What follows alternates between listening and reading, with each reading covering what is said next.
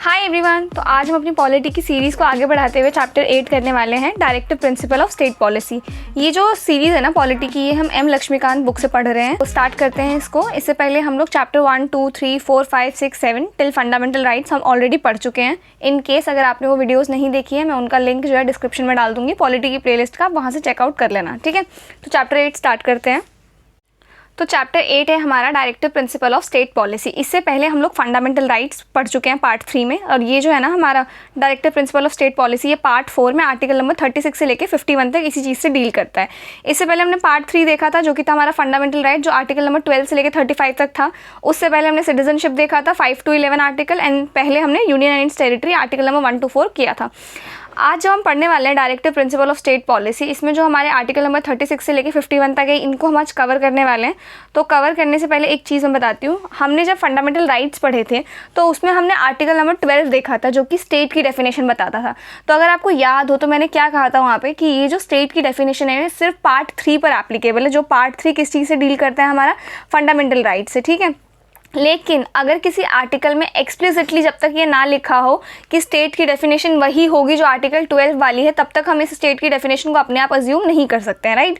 तो डीपीएस में भी, तो directive principles of state policy में भी जो आर्टिकल नंबर 36 है ना हमारा, जो पहला आर्टिकल है, वो यही कहता है इसका कि जो आर्टिकल नंबर 12 में जो स्टेट की डेफिनेशन थी ना, वही डेफिनेशन आर्टिकल नंबर 36 में एप्लीकेबल होगी। ठीक है, तो जैसे फंडामेंटल राइट हमारा आर्टिकल नंबर 12 से शुरू था, पर पहला फंडामेंटल राइट कौन सा था हमारा, आर्टिकल नंबर 14 था हमारा पहला फंडामेंटल राइट। ठीक है, सिमिलरली डीपीएसपी भी जो है ना हमारा आर्टिकल नंबर 36 से स्टार्ट तो है, पर पहला जो डीपीएसपी है ना हमारा, वो आर्टिकल नंबर 38 है। ठीक है, ये प्रीलिम्स का क्वेश्चन है, इंपॉर्टेंट, इसको याद रखना। Article 38 is the first DPSP. ठीक है, आप चैप्टर स्टार्ट करते हैं। तो ये जो है ना हमारे पार्ट 4 ऑफ द कॉन्स्टिट्यूशन में मेंशन है, आर्टिकल 36 से लेकर 51 तक इससे डील करता है।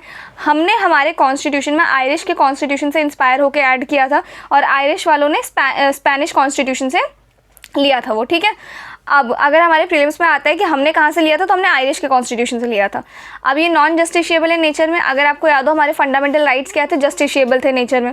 साथ ही ये नोवेल फीचर है, ये भीमराव अम्बेडकर जी ने इन डीपीएसपी को नोवेल फीचर कहा है हमारे कॉन्स्टिट्यूशन का। और DPSP along with fundamental right, ये फिलॉसफी है हमारे कॉन्स्टिट्यूशन का। ग्रैनविल ऑस्टिन ने इनको क्या कहा था, कॉन्साइंस ऑफ द कॉन्स्टिट्यूशन, मतलब ये कॉन्स्टिट्यूशन के मन की बात है क्या, ये directive principles of state policy. और इंस्ट्रूमेंट्स ऑफ इंस्ट्रक्शन, ये जो है ना ये भीमराव अम्बेडकर जी ने कहा है directive principle of state policy को। ऐसा क्यों कहा है देखो, तो जो पहले ब्रिटिशर्स थे ना, वो जो एक्ट लेके आते थे ना, उन एक्ट में जो गवर्नर जनरल को या फिर गवर्नर्स को जो भी डायरेक्शंस होते थे ना कि आपको ये काम ये काम ये काम करना है, उनको कहते थे इंस्ट्रूमेंट ऑफ इंस्ट्रक्शंस। तो ये जो वर्ड है ना इंस्ट्रूमेंट ऑफ इंस्ट्रक्शंस, यानी कि स्टेट को क्या क्या काम करना है। डायरेक्टिव, देखो डायरेक्टिव प्रिंसिपल्स का मतलब क्या है, डायरेक्टिव प्रिंसिपल का मतलब ये है कि आप कुछ डायरेक्शन दे रहे हो, कुछ ऑर्डर्स हैं जो आपको फॉलो करना है। ऑर्डर्स कह लो या फिर मतलब ये रूल्स नहीं है जो टूट जाएंगे तो आपसे कोई पनिशमेंट आपको दी जाएगी। ये एक तरीके से एक मतलब एक कुछ सेट ऑफ इंस्ट्रक्शंस हैं जो लिखी हुई हैं, जो आपको फॉलो करनी चाहिए, बट ये कोई बाउंडेशन नहीं है कि आपको ये फॉलो करनी पड़ेंगी। ठीक है, तो वो डायरेक्टिव प्रिंसिपल है। अब किसके ऊपर बाउंडेशन है, ये स्टेट के ऊपर बाउंडेशन है ये। तो ये जो इंस्ट्रूमेंट ऑफ इंस्ट्रक्शंस की बात है ना, जब ये ब्रिटिशर्स जो एक्ट लेके आते थे ना, ये इंस्ट्रूमेंट ऑफ इंस्ट्रक्शंस लिखा रहता था कि ये कुछ डायरेक्शंस हैं जो कि गवर्नर जनरल को या जनरल को, जो प्रोविंसेस के होते थे जनरल्स, गवर्नर जनरल्स, उनको फॉलो करने हैं। ठीक है, सिमिलरली जो अब जो सेट ऑफ रूल्स है ना जो स्टेट को फॉलो करने हैं, उनको हमने directive principle of state policy कहा है। तो इंस्ट्रूमेंट ऑफ इंस्ट्रक्शंस को ही हम लोग क्या कह सकते हैं, डीपीएसपी, बस इतना, यही था इंस्ट्रूमेंट ऑफ इंस्ट्रक्शन।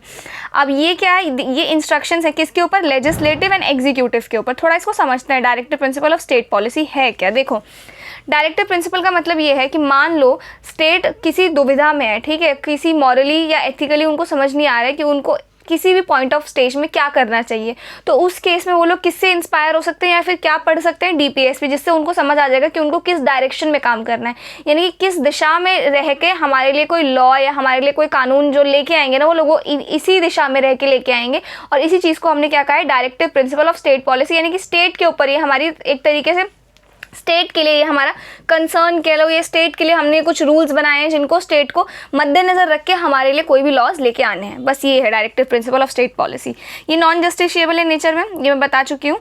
अब इसका क्लासिफिकेशन देखते हैं। तो इनको हमने 3 पार्ट्स में क्लासीफाई कर दिया है, socialist, Gandhian and liberal intellectual. अब एक चीज़ याद रखना, ये जो 3 क्लासिफिकेशंस है ना, ये तीनों क्लासिफिकेशंस जो है ना, ये हमारे कॉन्स्टिट्यूशन में नहीं लिखा हुआ है, ये हमने अपनी सुविधा के लिए, ताकि हमें आसानी हो इनको पढ़ने में, समझने में, इसीलिए इनको डिवाइड कर दिया है, ठीक है। बट हमारे कॉन्स्टिट्यूशन में इनका डिवीजन नहीं है, ठीक है।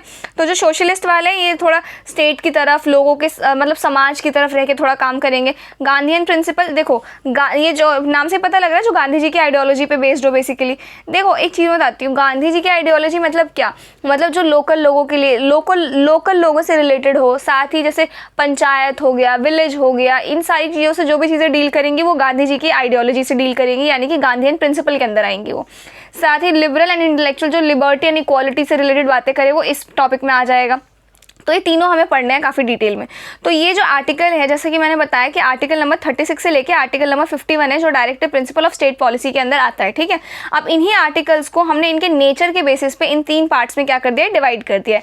जैसे कि सोशलिस्ट वाला जो है, इसके अंदर क्या आता है, आर्टिकल 38, 39, 39A, 41, 42, 43, 43A, 47 का फर्स्ट पार्ट।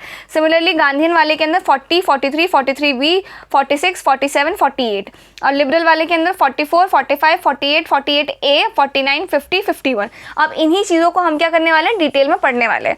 तो जैसे कि आर्टिकल नंबर 36 मैंने आपको बताया कि क्या डील करता है, article number 12 definition of state. तो जो स्टेट की डेफिनेशन, यानी कि जो गवर्नमेंट हमने डिफाइन किया था ना गवर्नमेंट को आर्टिकल नंबर 12 के अंदर, वही जो है आर्टिकल नंबर 36 के अंदर यूज़ करना है हमको, ठीक है। देखो ये जो क्वेश्चन है ना, काफ़ी ज़्यादा इंपॉर्टेंट है कि हमारा जो आर्टिकल 12 था ना, उसकी जो डेफिनेशन है वो क्या पार्ट 3 पर ही एप्लीकेबल होती है। तो हाँ, उसकी डेफिनेशन सिर्फ पार्ट 3 पर एप्लीकेबल होती है, तब तक जब तक कहीं किसी आर्टिकल में एक्सप्लिसिटली ये ना लिखा गया हो कि आर्टिकल 12 वाली ही डेफिनेशन हमको यूज़ करनी है, ठीक है। तो यहाँ आर्टिकल 36 में लिखा हुआ है कि आर्टिकल 12 वाली ही आपको यूज़ करनी है, तो यहाँ जो है पार्ट 4 पर भी आर्टिकल 12 वाली ही स्टेट की डेफिनेशन लगेगी, ठीक है। आई होप ये चीज़ क्लियर हो गई हो। ये क्या कहता है, वही जैसे मैंने बताया, article 12 definition of state. Next article है हमारा article number 37 application of the principles contained in this part. देखो ये जो 2 आर्टिकल्स हैं, ये क्लियरली हमारे डीपीएसपीज नहीं है, राइट। डीपीएसपी कहाँ से शुरू है, हमारा आर्टिकल नंबर 38 से जो है हमारा पहला डीपीएसपी शुरू है। तो इनको जैसे मैंने बताया 3 पार्ट्स में डिवाइड कर दिया। पहला क्या है, socialist principle, aim at providing social and economic justice and set the path towards the welfare of the state. ये किस चीज़ के लिए काम करता है, ये समाज के लिए काम करता है। ये एक तरीके से पाथ सेट कर देता है, सोशल और इकोनॉमिक जस्टिस की बात ये करता है। अच्छा एक बात और, हमने जब प्रीएम्बल पढ़ा था, अगर आपको याद हो, उसमें 3 तरीके के वो लिखे हुए थे, जस्टिस लिखे हुए थे कि 3 तरीके से हम लोगों को न्याय, हम मतलब लोगों को न्याय दिलाना है। जैसे कि कौन कौन से थे, पॉलिटिकल था, इकोनॉमिक था और एक सोशल था, राइट। तो जो पॉलिटिकल वाला पार्ट है ना, फंडामेंटल राइट जो है ना, वो पॉलिटिकल जस्टिस से रिलेटेड बातें डील करता है। मैं ये दोनों स्क्रीनशॉट लगा दूंगी, एक प्रीएम्बल वाला और एक जो फंडामेंटल राइट हमने इंट्रोडक्शन में देखा था, वो भी स्क्रीन पर लगा दूंगी मैं। ये दोनों आप देखना। तो जो पॉलिटिकल वाला पार्ट है वो तो फंडामेंटल राइट डील करता है पॉलिटिकल जस्टिस से। बाकी जो सोशल एंड इकोनॉमिक जस्टिस है ना, इस चीज़ से कौन डील करता है, इस चीज़ से डील करता है directive principle of state policy, ठीक है। ये चीज़ आप याद रखना। और ये जो चैप्टर है ना, ये काफ़ी ज़्यादा इजी है फंडामेंटल राइट्स के कंपैरिजन में, क्योंकि फंडामेंटल राइट्स के में ना क्या था, हर एक आर्टिकल था लिखा हुआ, लेकिन उसमें कुछ ना कुछ एक्सेप्शंस एडेड थे। इसमें ऐसा कुछ नहीं है, इसमें डायरेक्ट कुछ आर्टिकल्स इनको डिफाइन कर रखा है, दैट्स इट। इसमें कोई एक्सेप्शन या अलग से किसी के ऊपर कोई अलग से चीज़ कोई एप्लीकेबल नहीं होती है, ठीक है। तो सोशलिस्ट, जैसा मैंने आपको बताया, जो समाज की भलाई को लेकर जो भी आर्टिकल्स हैं वो इसके अंदर मेंशन है, ठीक है। जिसमें आर्टिकल नंबर 38 पहला है इसके अंदर, जो कहता है to protect the welfare of people by minimising the inequalities in income, status, facilities and opportunities. मतलब कि ये ना एक तरीके से स्टेट को डायरेक्शन देता है कि कोशिश करना, जब भी आप कानून बनाना तो लोगों का वेलफेयर प्रोटेक्ट करना, साथ ही कोशिश करना कि इनकम और क्या कहते हैं फैसिलिटीज़, स्टेटस, अपॉर्चुनिटीज़, इन सब को लेके जितने भी इनइक्वालिटीज़ प्रेजेंट है ना, उनको कम से कम किया जाए। उस गैप को जितना कम कर सको स्टेट को उतनी अपनी तरफ से कोशिश करनी है। तो ये आर्टिकल नंबर 38 था। आर्टिकल नंबर 39 क्या कहता है, right to adequate means of livelihood. मतलब कि स्टेट को ना अपनी तरफ से हर एक व्यक्ति को ना एक रोज़गार प्रोवाइड करना है, ताकि वो अपनी और अपने परिवार की ज़रूरतों को पूरा कर सके और एक अच्छी आमदनी प्राप्त कर सके और अपने जीवन को अपने तरीके से व्यतीत कर सके एक तरीके से। तो ये क्या है, आर्टिकल नंबर 39 का ए पार्ट। 39 का बी क्या कहता है, इक्विटेबल डिस्ट्रीब्यूशन ऑफ रिसोर्सेज। मतलब कि जितनी भी हमारी देश की संपत्ति है ना, ज़मीन हो गई, जगह हो गई, और जो भी चीज़ें हैं, पानी एंड ऑल, जो भी आप रिसोर्सेज मान लो हमारी कंट्री के पास है, वो सभी के लिए इक्वली डिस्ट्रीब्यूट होने चाहिए, सभी को इक्वली मिलनी चाहिए। और सी क्या कहता है, prevention of concentration of wealth, मतलब कि देखो कॉन्सेंट्रेशन ऑफ वेल्थ का मतलब है कि किसी एक ही इंसान के पास सारी वेल्थ नहीं इकट्ठा हो जानी चाहिए। तो स्टेट को ये मेक श्योर करना है कि सभी लोगों को इक्वल अपॉर्चुनिटीज़ मिले, सभी के पास इक्वल वेल्थ का डिस्ट्रीब्यूशन हो, किसी एक के पास ही वेल्थ ना रह जाए, वेल्थ सभी के हिस्से में आए। देखो एक्चुअली में ऐसा होता तो नहीं है, हम सभी को पता है, बट क्योंकि ये जस्टिशिएबल नहीं है इसके लिए हम कुछ कर नहीं सकते। सिर्फ एक डायरेक्शंस हैं जो कि स्टेट को फॉलो करनी चाहिए, ठीक है। उसके बाद इक्वल पे वो इक्वल वर्क, ये ना इसलिए ऐड हुआ था क्योंकि जिस टाइम पे हमारा कॉन्स्टिट्यूशन बनता था ना, मेन एंड वीमेन को इक्वल पे नहीं मिलता था। मतलब सेम काम करने के लिए भी जो औरतें होती थी उनको कम रोजगार मिलता था मेंस के कंपैरिजन में। तो इसीलिए ये डाला गया था कि स्टेट को कोशिश करनी है कि चाहे आदमी हो चाहे औरत हो, दोनों को इक्वल पे मिलना चाहिए इक्वल वर्क के लिए। उसके बाद preservation of health and strength of workers and childrens against forcible abuse, मतलब कि सरकार ऐसे स्टेप्स उठाए जो लोगों को, खासकर वर्कर्स और बच्चों के हेल्थ और स्ट्रेंथ को बचाए। मतलब कि उन्हें ऐसा काम ना करवाया जाए जो उनके हेल्थ या उनके वेलबींग को अफेक्ट करे, और मतलब जैसे बच्चों को हजार्डस वर्क ना कराया जाए और उनके ऊपर इतना प्रेशर ना डाला जाए किसी भी तरीके का जिससे उनके लिए वो एनवायरनमेंट जो है ना सेफ़ ना हो। तो ये आर्टिकल नंबर 39 का ई कहता है। उसके बाद एफ क्या कहता है, opportunities for healthy development of childrens. Obviously government को ऐसी अपॉर्चुनिटीज़ क्रिएट करनी चाहिए ताकि जो बच्चों का जो डेवलपमेंट हो वो ईजिली हो सके, और उनकी पढ़ाई और उनका विकास होने के लिए सही पारिवारिक और सामाजिक माहौल गवर्नमेंट को बना के रखना चाहिए। तो ये था हमारा article number 39। Article number 39A capital A है, दैट मीन्स व्हाट कि अमेंडमेंट से ऐड हुआ है, to promote equal justice and to provide free legal aid to the poor. मतलब कि अगर कोई गरीब आदमी है, कोर्ट जाएगा, तो गवर्नमेंट को मेक श्योर करना है कि उसको एक वकील अरेंज करवा कर देना ही है ताकि वो अपना केस लड़ सके। और मतलब ऐसा नहीं होना चाहिए कि जस्ट बिकॉज उसके पास पैसे नहीं है इस वजह से उसको अपना हक ना मिले, ठीक है। तो ये भी मेक श्योर करना है गवर्नमेंट को। और इसी ये जो DPS पे ना आर्टिकल नंबर 39A, इसी वजह से हमारे जो कॉन्स्टिट्यूशन में एक लॉ भी आया है इस चीज़ को लेके कि जो भी जो ये वकील वगैरह अरेंज नहीं कर सकते हैं, जो लोग जो फाइनेंशियली बहुत ज़्यादा वीक है, उनको गवर्नमेंट जो है अपनी तरफ से एक लॉयर अरेंज करके देगी। ये एक एक्ट है, ये पार्लियामेंट ने इनैक्ट किया था, मतलब वो इसी DPSP से इंस्पायर होकर ये लॉ जो है हमारे कॉन्स्टिट्यूशन में ऐड हुआ है, ठीक है। अगर मान लो ये लॉ नहीं लेके आते तब तो ये कंपल्शन तो है नहीं ये वाला आर्टिकल, फिर ये क्या होता, नहीं भी करता स्टेट। इसी वजह से ये लॉ लेके आया पार्लियामेंट, और ये जो है ना अब इसीलिए स्टेट को फॉलो करना पड़ेगा, ठीक है। आर्टिकल नंबर 41 क्या कहते हैं, to secure right to work, to education, to public assistance in case of unemployment, old age, sickness and disablement. मतलब कि सरकार को ऐसे स्टेप्स लेने होंगे जो लोगों को रोज़गार, पढ़ाई और ज़रूरत के वक्त पर मदद मिल सके उनको अपने ज़रूरत के टाइम पे। आपने सुना होगा जो सीनियर सिटीजन्स होते हैं उनके लिए जो पेंशन स्कीम्स आती है सीनियर सिटीजन्स को मिलती हैं, तो वो पेंशन स्कीम ना इसी जो DPSP से रिलेटेड है, इसी DPSP की वजह से वो जो पेंशन स्कीम्स है वो आई हैं। और इसी की वजह से जितने भी आपने देखे होंगे मतलब लोगों को पेंशन्स दी जाती है, साथ ही कुछ ना कुछ स्कॉलरशिप या इधर उधर चलता ही रहता है। तो वो इसी आर्टिकल की वजह से ही आता है गवर्नमेंट की तरफ से। उसके बाद है क्या, article number 42, to make provision for just and human condition of work and maternity relief. मतलब कि ऐसी कंडीशंस को बनाया जाए, हाँ जैसे मैटरनिटी रिलीफ का जो कॉन्सेप्ट है ना वो इसी DPSP से आया। बट अगेन ये जो था ना, ये पहले एक लॉ नहीं था, बट लेटर ये लॉ आया है कि आपको मैटरनिटी लीव देनी पड़ेगी। अब तो पैटर्निटी लीव भी आ गई है तो वो भी मिलती है अब। तो ये इसी DPSP से इंस्पायर होकर आया है। तो इसका सिंपल मतलब क्या है कि सरकार ऐसे कानून बनाए जो काम करने वालों के लिए एक अच्छा और सुरक्षित मतलब काम का माहौल सुनिश्चित कर सके। बस ये इस आर्टिकल का मीनिंग है। उसके बाद आर्टिकल नंबर 43 क्या कहता है, to secure a living wage, a decent standard of life and a social and cultural opportunities for all workers. जैसे कि मैंने आपको बताया था इस वाले आर्टिकल में, इधर था हमारा आर्टिकल नंबर 39 में बताया था मैंने आपको, ये वाला 39E बस वही है। एक तरीके से मान लो कि एक तरीके से ना इस गवर्नमेंट को ना ये 39A वाला जो मैंने आपको बताया था अभी, right to adequate means of life, वही है सेम ये, कि गवर्नमेंट को ना एक डिसेंट स्टैंडर्ड ऑफ आपको वो वेज देना है, मतलब एक डिसेंट सैलरी आपको देनी है। ऐसा ना हो कि काम तो जो एक्सप्लॉइट करे वर्कर को, मतलब ऐसा कुछ भी ना हो कि काम इतना सारा करा रही है और सैलरी उतनी मतलब नहीं जितना उनका हक बनता है। तो इस वजह से ये DPSP आया है कि आपको कम से कम जितना उसने काम किया उसके हक के पैसे आपको उसको देने पड़ेंगे, ताकि एक वो स्टैंडर्ड लाइफ जो है ना वो अपनी जी सके, एक डिसेंट स्टैंडर्ड ऑफ लाइफ जी सके। अब नेक्स्ट है हमारे पास 43A, to take steps to secure the participation of workers in the management of industries. मतलब कि सरकार ऐसे स्टेप्स उठाए जिससे काम करने वाले लोग जो है ना अपनी कंपनी या अपनी फैक्ट्रीज, मतलब बेसिकली अपने काम करने वाले जगह पे ना उनको बोलने का हक दिया जाए। ताकि कंपनी के जो भी फैसले डिसीजंस है ना वो मतलब उन डिसीजन में वो पार्टिसिपेट कर सके, अपना पॉइंट ऑफ व्यू रख सके, ताकि जो मालिक है ना वो वर्कर्स का पर्सपेक्टिव भी समझे और उनकी कंडीशंस को भी ध्यान में रख के आगे काम करवाया जाए उनसे, या उनकी सैलरीज पे कोई भी डिस्कशन हो तो वर्कर्स से उनका सजेशंस लिया जाए। तो इसीलिए ये वाला आर्टिकल जो है ये ऐड हुआ था 43A।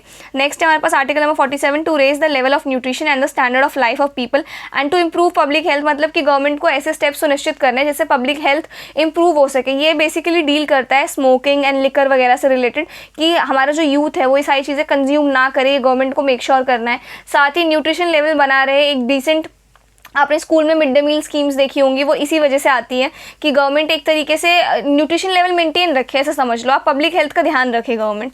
तो ये थे हमारे सोशलिस्ट जो भी DPSP थे, सोशलिस्ट प्रिंसिपल पे बेस्ड। तो ये 8 है, आई थिंक 1 2 3 4 5 6 7 8, ये सारे के सारे हमने अभी देख लिए।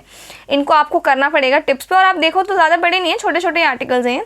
अब देखते हैं गांधीयन प्रिंसिपल, ये गांधी जी की आइडियोलॉजी पे बेसिस में आर्टिकल नंबर 40 क्या कहता है, to organise village panchayat and endow them with necessary powers and authority to enable them to function as unit of self government। देखो एक चीज़ समझो, गांधी जी जो थे ना वो हमेशा से लोकल लोगों के लिए कुछ करना चाहते थे। लोकली मतलब उनका विलेज और पंचायत, इन सब चीज़ों पे काफ़ी बिलीव था, ठीक है। तो आप ये जितने टर्म सुनोगे ना, जैसे विलेज पंचायत हो गया, कॉटेज इंडस्ट्रीज हो गए, और एक काउज, और ये से छोटे छोटे वर्ड्स जो आप सुनोगे, वीकर सेक्शंस, ये जहाँ भी आएंगे ना आप समझ जाना DPSP में अगर आप कुछ समझना है तो गांधी जी की आइडियोलॉजी पे बेस्ड है सारी चीज़ें, ठीक है। तो जैसा कि हमने ये वाला आर्टिकल देखा, टू ऑर्गेनाइज विलेज पंचायत को ऑर्गेनाइज किया जाए और उनको नेसेसरी पावर्स दी जाए जिससे वो मतलब एक तरीके से आपके लिए लोकली ऑपरेट कर ले। क्योंकि देखो एक चीज़ बताती हूँ मैं, जो लोकल गवर्नमेंट होगा या फिर जो लोकल लोग होंगे वहाँ के, वही अपनी लोकली प्रॉब्लम्स को समझेंगे और गवर्नमेंट को अच्छे तरीके से कन्वे कर पाएंगे, राइट। इसी वजह से गांधी जी चाहते थे कि एक विलेज पंचायत को ऑर्गेनाइज किया जाए जिससे क्या कर सके, वो अपना एक यूनिट की तरह सेल्फ गवर्नमेंट एक चला सके वो, दैट्स इट, यही इनका मतलब था। आर्टिकल नंबर 43 क्या कहता है, अच्छा बीच में ये गैप नहीं है, ये अगर आप इधर देखो, ये कहाँ गया, ये इधर देखो 38 39 39A, फिर 40 वाला आर्टिकल गांधी जी की प्रिंसिपल में, इसीलिए उसको इस तरफ हम इस वाली रो में पढ़ेंगे, ठीक है। कहाँ गए थे, हाँ 43, to promote cottage industries on an individual और corporation basis in the rural areas. Rural areas में क्या किया जाए, कॉटेज इंडस्ट्रीज को प्रमोट किया जाए। उसके बाद 43B क्या कहता है, ये भी अमेंडमेंट से ऐड हुआ है, to promote voluntary formation, autonomous functioning, democratic control and professional management of cooperative societies. मतलब कि सरकार को ना ऐसे स्टेप्स लेने चाहिए जैसे कोऑपरेटिव सोसाइटीज़ या सरकारी संस्थान जो होते हैं ना, मतलब जो ऑटोनोमस वो फंक्शनिंग बॉडीज़ होती हैं, उनको आगे लाने के लिए सरकार को कुछ रूल्स रेगुलेशन लाने चाहिए।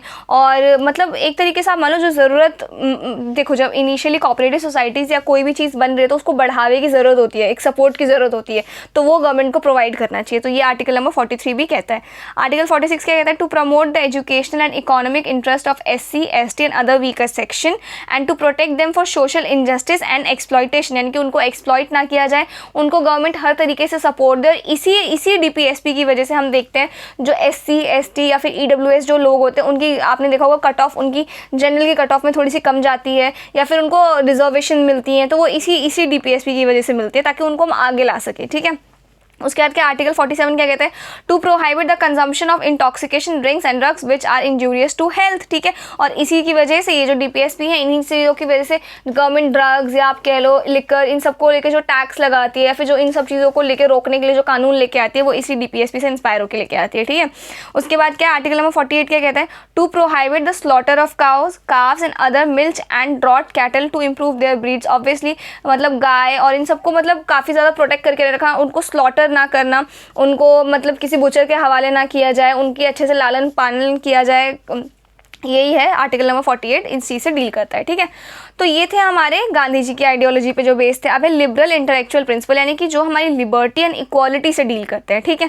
आर्टिकल नंबर 44 क्या कहता है, to secure for all citizen uniform civil code throughout the country. Again देखो ये जो यूनिफॉर्म सिविल कोड है UCC, ये हम सबको पता है कि ये नॉन जस्टिशिएबल है DPSP, इस वजह से जो इससे रिलेटेड कोई भी लॉ अभी तक नहीं आ पा रहा है, ठीक है।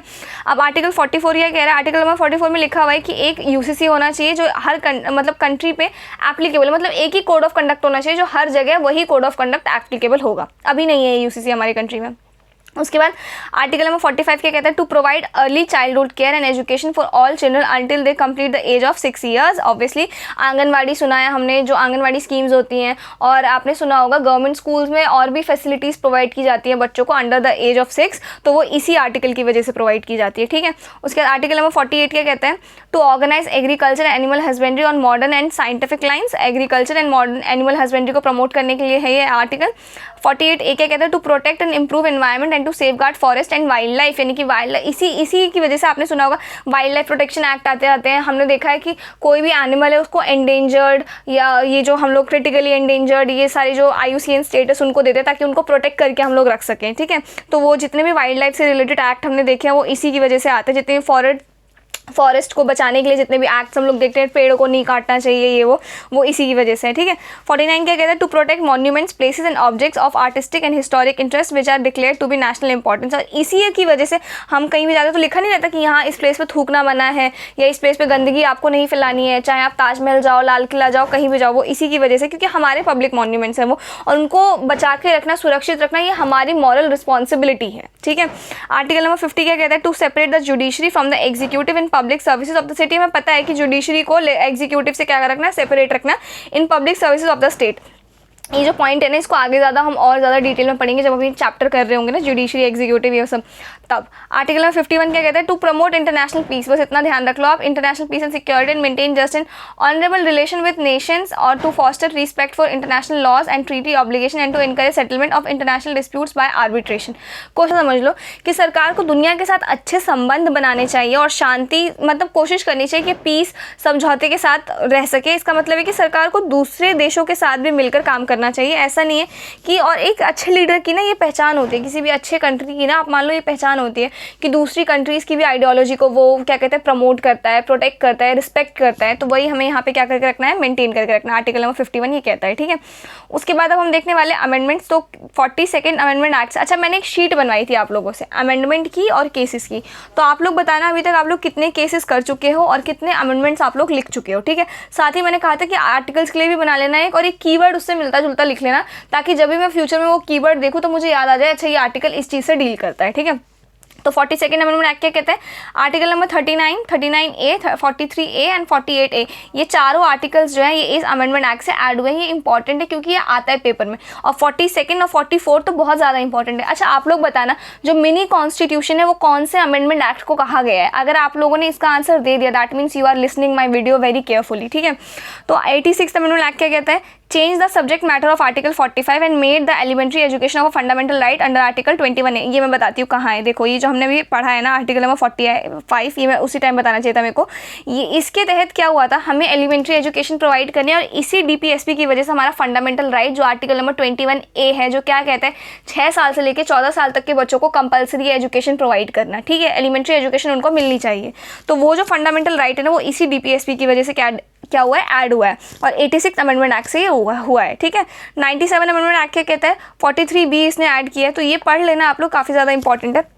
अच्छा, अब नेक्स्ट टॉपिक देखते हैं। Sir BN Rao, the constitutional adviser to the constituent assembly, recommended that the rights of an individual should be divided into 2 parts. इन्होंने जो था वो आइडिया दिया था कि जो इंडिविजुअल्स के राइट्स है ना वो 2 पार्ट्स में डिवाइडेड होने चाहिए। कौन से, एक जस्टिस और एक non justiciable, which was accepted by the drafting committee. और ड्राफ्टिंग कमिटी कौन है, जिसने हमारा कॉन्स्टिट्यूशन बनाया है। आई होप आपने वो कमिटीज़ वाली वीडियो जो थी हम देखिए, chapter 2 I think, making of the constitution, देख लेना अगर नहीं देखा है तो। उसके बाद अब हमारा जब सब कुछ बन गया, कुछ ना कुछ क्रिटिक्स तो होते हैं ना, ऑपोजिशन तो होता है ना क्रिटिकल एग्जामिन करने के लिए, तो ये कुछ क्रिटिसिज्म था। नो लीगल फोर्स, ऑब्वियसली जब जस्टिशिएबल नहीं है तो लिखा क्यों हुआ है, तो लोगों का ये कहना था। इलॉजिकली अरेंज, जैसा कि आपने देखा कि ये कैसे भी अरेंज्ड है, तो इसको लेके भी काफ़ी ज़्यादा इनको क्या किया गया था, क्रिटिसाइज किया गया था। कहा था इसके पीछे कोई लॉजिक नहीं है, मतलब एक तरीके से मान लो जिसका जो मन किया इसने वो आर्टिकल उसके अकॉर्डिंग ये ऐड करते रहे, इनका ये कहना था। इसके बाद कहाँ गया, हाँ कंजर्वेटिव है, कॉन्स्टिट्यूशनल कॉन्फ्लिक्ट है बीच बीच में, हाँ ऑब्वियसली है, मैं बताती हूँ कैसे। हमारा जो ये वाला आर्टिकल है ना, कहाँ गया, 39, हाँ 39BNC जो है ना, जब हम इसको इम्प्लीमेंट, देखो एक तो ये नॉन जस्टिशिएबल है, और ये दोनों ही बातें हमें पता है कि ये दोनों बातें ट्रू नहीं है, राइट। तो इस चीज़ को लेके भी काफ़ी ज़्यादा कॉन्फ्लिक्ट ऑफ इंटरेस्ट हुआ था कि जब ये जस्टिशिएबल नहीं है और ये हमारे क्या कहते हैं fundamental right, I think 14th है कि 15th है, आई डोंट रिमेंबर एग्जैक्टली, पर उस जब हम इसको वो करेंगे ना, यूज़ करेंगे, तो हमारे आर्टिकल 14 और 15 को क्या करेगा, हैम्पर करेगा। तो इस वजह से ये जो है ना लिखा गया था, कहाँ गया, कॉन्स्टिट्यूशनल कॉन्फ्लिक्ट, ठीक है। इसके बाद हम चलते हैं conflict between fundamental right and directive principles. देखो, इसका मतलब ये कि अगर फंडामेंटल राइट और डायरेक्टिव प्रिंसिपल्स में अगर कोई कॉन्फ्लिक्ट है तो किसको माना जाए, हाँ किसको माने हम। तो उस केस में हम लोग फंडामेंटल राइट को जो है ना ज़्यादा ऊपर मानते, ज़्यादा प्राथमिकता देते हैं। तो इन case of conflict between fundamental rights and directive principle the former would prevail, यानी कि फंडामेंटल राइट्स को हम लोग ज़्यादा क्या करेंगे, प्राथमिकता देंगे, इस तरीके से मान लो आप। और हाँ, ये किस चीज़ में होता है, चंपाई दो में इसको माना गया था कि फंडामेंटल राइट और DPSP में जो भी कॉन्फ्लिक्ट होगा तो फंडामेंटल राइट जीत जाएगा, इस तरीके से समझो। इसके बाद है हमारे पास difference between fundamental rights and directive principles. देखो, इसका जो डिफरेंस है ना, ये बुक में आपके काफ़ी ज़्यादा डिटेल में दिया गया है, टेबल बना के, वहाँ से आप लोग रीड कर लेना, बहुत ईजी है, समझ में आ जाएगा। फंडामेंटल राइट नेगेटिव होते हैं नेचर में, ये पॉजिटिव होते हैं नेचर में। ये मैंने आपको समझाया था कि क्यों इसमें एब्सेंस की बात होती है फंडामेंटल राइट में, कि absence of any kind of special privileges, और ये पॉजिटिविटी की तरफ क्या कहते हैं, मान लो पॉजिटिविटी की तरफ इसका अप्रोच है, इस तरीके से इसको समझो।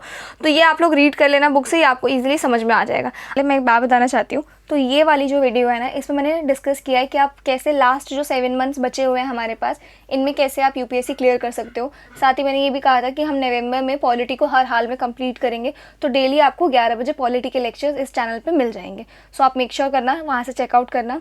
और एक बात, मैंने ना काफ़ी सारे कॉमेंट्स रिसीव किए हैं इस प्रेपरेशन में, जो भी आपको डाउट आए उस चीज़ से रिलेटेड। पर अगर आपको और भी कुछ कॉमेंट है, आप किसी भी स्टेज पर हो अपनी प्रेपरेशन के, आपको किसी भी चीज़ से रिलेटेड कोई भी डाउट आता है, तो आप कॉमेंट करना। मैं सोच रही हूँ मैं पूरी एक कंपाइल वीडियो बनाऊंगी, ये जो कमेंट्स आए हैं मेरे पास, इन कमेंट्स को लेके, और मैं आपके सभी कमेंट्स को आंसर करूंगी उसमें। सो आपको कोई भी डाउट है किसी भी प्रिपरेशन के, आप किसी भी स्टेज पे हो, तो आप मेक श्योर करना वो डाउट कमेंट्स में पूछना, मैं पक्का उस पर एक वीडियो सेपरेट बनाऊंगी, ठीक है। तो अब चलते हैं क्वेश्चंस की तरफ। तो नंबर 1 क्वेश्चन क्या है हमारे पास कि, एक सेकेंड, हाँ, what are the goals of state, अब एक सेकेंड पेंसिल, हाँ, what are the goals of state policy directive principle आएगा यहाँ पे, ठीक है। क्वेश्चन में मिसप्रिंट है, डायरेक्टिव प्रिंसिपल, तो बताना है हमें क्या है भाई गोल हमारा, बताइए। तो इसका आंसर क्या होगा, नन ऑफ दीज। पहला, social and political only, economic and political only, social, political and economical, obviously this is the correct one. Next है हमारे पास मैच द फॉलोइंग लिस्ट, तो equal justice and free legal aid, ये article number 48A बात करता है इस बारे में। Protection of the environment article number 39A बात करता है। Right to work article number 41। Protection of monuments इसकी बात आर्टिकल नंबर 49 में। तो इसका आंसर आप लोग मुझे देना बिना चीटिंग के, क्या इसमें से सही होगा इसका आंसर, ठीक है। इसके बाद है third, generally directive principles are negative directions, arbitrary actions, positive directions या प्रो हाइब्रिड इन नेचर। अब आप बताओ इसमें से क्या होगा। जैसे मैंने आपको बताया हमारा जो फंडामेंटल राइट है वो होता है नेगेटिव डायरेक्शन में, पर जो हमारा ये DPSP होते हैं ये जो होता है पॉजिटिव होता है इनका अप्रोच। तो option number 3 is the correct answer.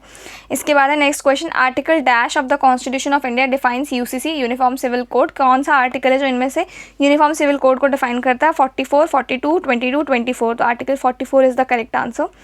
Which of the following is the directive principle of state? Protection of life and personal liberty, formation of gram panchayat, protection of interest of minorities, abolition of untouchability। ये तो हमारा fundamental right था, तो ये तो इसका answer हो ही नहीं सकता है।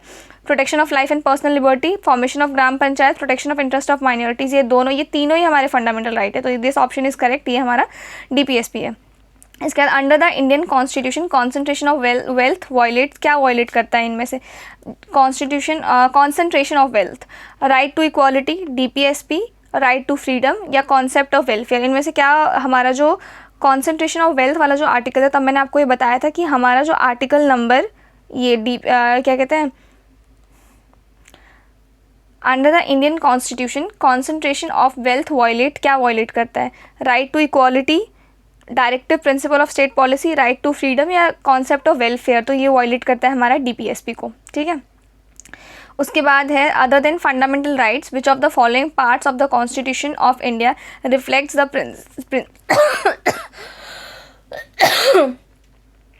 सॉरी, क्वेश्चन नंबर 7 है other than the fundamental rights, which of the following parts of the constitution reflect the principle and provisions of the universal declaration of human rights? बताओ इसका आंसर क्या होगा? इसका आंसर है प्रीएम्बल, डीपीएसपी या fundamental duties. देखो अभी आपने ये नहीं पढ़ा है तो इसको अभी स्किप कर देना फॉर नाउ। इन दोनों में से आपको बताना है कि कौन सा है, मतलब फंडामेंटल राइट्स के अलावा जो ह्यूमन राइट्स की बात करता है एक तरीके से। तो प्रीएम्बल में भी बात हो रखी है और डीपीएसपी में भी ह्यूमन, देखो सारे जो ह्यूमन राइट्स हैं वो फंडामेंटल राइट्स नहीं हैं, पर सारे फंडामेंटल राइट्स जो हैं वो ह्यूमन राइट्स हैं। सिमिलरली सारे ह्यूमन राइट्स डीपीएसपीज नहीं हैं, पर सारे डीपीएसपीज ह्यूमन राइट्स हैं। ठीक है, ये क्लियर रखना ये चीज़ है। इसके बाद है in India separation of judiciary from executive is enjoyed by, बताओ कहाँ से हुआ है ये? तो प्रीएम्बल ऑफ द कॉन्स्टिट्यूशन में क्या इसकी बात हो रखी है, डीपीएसपी में हो रखी है, 7th शेड्यूल में या कॉन्वेंशनल प्रैक्टिस में? तो ये दोनों तो हमने अभी पढ़े ही नहीं है। ठीक है, प्रीएम्बल में ऐसा कुछ था नहीं, तो ऑब्वियसली डीपीएसपी इसका आंसर होगा। फर्स्ट जो इसमें वो है ये रहा, यहीं पे मैंने लिखा हुआ था, ये देखो कहाँ गया, इंट्रोडक्शन में ही था ये हमारा। They are instructions to the legislative and executive DPSPs. कौन से क्वेश्चन पे थे हम? क्वेश्चन 3, 4, 5, 6 हो गया, 7, 8 भी हो गया, 9, 10 नहीं, कहाँ पे थे हम? हाँ 8 पे थे, सॉरी। तो ये समझ में आ गया। उसके बाद है which part of the constitution of India declares the ideal of welfare state? DPSP, fundamental rights, preamble या 7th शेड्यूल? इनमें से क्या है जो फिर बात डिक्लेयर करता है इंडिया को as a welfare state, constitution of India को? तो वो है हमारा डीपीएसपी। इसके बाद है with reference to the provision contained in part 4 of the constitution which of the following statements are correct? ठीक है, they shall be enforceable by court. देखो ये तो यहीं पे गलत हो गया, ये नॉन जस्टिशिएबल है नेचर में, तो ये रॉन्ग हो जाएगा। They shall not be enforce by court. अच्छा, the principle laid down in this part are to influence the making of the laws by the state. Absolutely correct, तो ये भी ठीक है हमारे पास और ये भी ठीक है हमारे पास। This is not correct. Okay, इसके बाद है consider the following statement with reference to the constitution of India DPSP constitute limitations upon. किसके ऊपर लिमिटेशंस डालता है हमारा डीपीएसपी? तो हमारा डीपीएसपी ना ही लेजिस्लेटिव के ऊपर डालता है किसी भी तरीके की लिमिटेशंस, ना ही एग्जीक्यूटिव के ऊपर डालता है किसी भी तरीके की लिमिटेशन। हमारा डीपीएसपी लिमिटेशंस डालता ही नहीं है। हमारा जो डीपीएसपी है ये डायरेक्शंस दिखाता है किसको? स्टेट को, ताकि वो कल की डेट में कोई भी कानून लेके आ रही है तो इन डायरेक्शंस को मद्देनजर रखते हुए लेके आए। तो ये हमारे काम है डीपीएसपी का। इसके बाद है consider the following statements regarding DPSP. क्या है? The principle spell out the socio economic democracy in the country. The provision contained in these principle are not enforceable by any court. इसका क्या आंसर होगा बताओ आप? ये भी ठीक है और ये भी ठीक है। सोशियो इकोनॉमिक डेमोक्रेसी की बात करता है, साथ ही ये एन्फोर्सेबल नहीं है किसी भी कोर्ट में। इसके बाद नेक्स्ट क्वेश्चन है with reference to the provision contain part 4 of the constitution India which of the following statements are correct. ये अभी हमने ऊपर शायद यही वाला क्वेश्चन देखा था ना। हाँ ये रहा, ये रिपीट हो गया है। क्वेश्चन 13th है, सेम है 10th एंड 13th। 14th क्या कह रहा है? In the constitution of India promotion of international peace and security in India concluded. बताओ इनमें से कौन सा है? जो लास्ट में लिबरल वाला आपने पढ़ा था ना, वो इसी चीज़ से रिलेटेड था। Promotion of international peace and securities in India, ये डीपीएसपी में बात हो रखी है इसकी। ठीक है, इसके बाद है हमारे पास economic justice. The objectives of the constitution has been as one of the Indian provided in. बताओ preamble and fundamental right, preamble and DPSP, fundamental right and DPSP and none of the above. तो obviously हमने fundamental right में इसकी बात नहीं की है, fundamental right में हमने पॉलिटिकल जस्टिस की बात की है। तो option number B is absolutely correct. Preamble में बात हो रखी है एंड डीपीएसपी में बात हो रखी है। 16 क्या कहते हैं? According to constitution of India which of the following are fundamental for the governments of the country. कौन से हैं ऐसे बेसिक, मतलब फंडामेंटल यानी कि एक तरीके से बेसिक फीचर। तो क्या है वो? डीपीएसपी। इनको आपको पढ़ने की जरूरत भी नहीं होनी चाहिए, आपको पता होना चाहिए।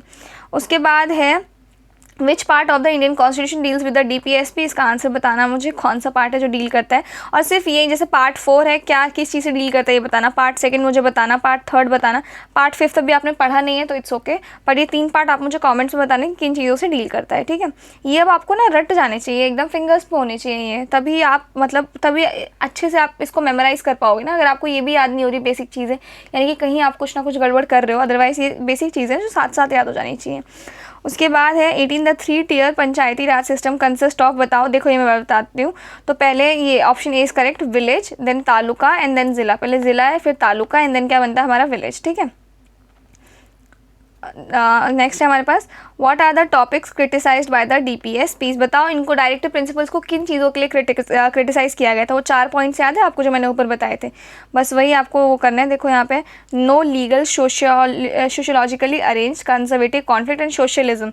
तो देखो नो लीगल, ये सोशलिज्म से रिलेटेड तो हमने कुछ भी नहीं पढ़ा है पहली बात तो ये तो यहीं हटा दो इसको। तो no legal force, illogically arrange, constitutional conflicts and legalism, ऐसा भी कुछ वर्ड हमने नहीं पढ़ा है अभी तक इसमें, ठीक है। No legal force, illogically arrange, conservative and constitutional conflicts, ये एब्सोल्युटली करेक्ट है, यही चारों पॉइंट्स हमने पढ़े थे। 20 choose the correct option below classification of DPSP consist of the following. क्या है? Socialist principles, administrative principles and liberal intellectual. देखो हमने 3 पढ़े हैं, सोशलिस्ट पढ़े हैं, गांधीयन पढ़ा है और एक लिबरल पढ़ा है। ये हमें कहाँ दिख रहा है देखते जाओ, socialist principle, liberal principles and legal principles. बताओ मुझे इसका आंसर क्या होगा भाई? Socialistic principles, administrative principles and liberal intellectual principles, legal principles, administrative principles and Gandhian.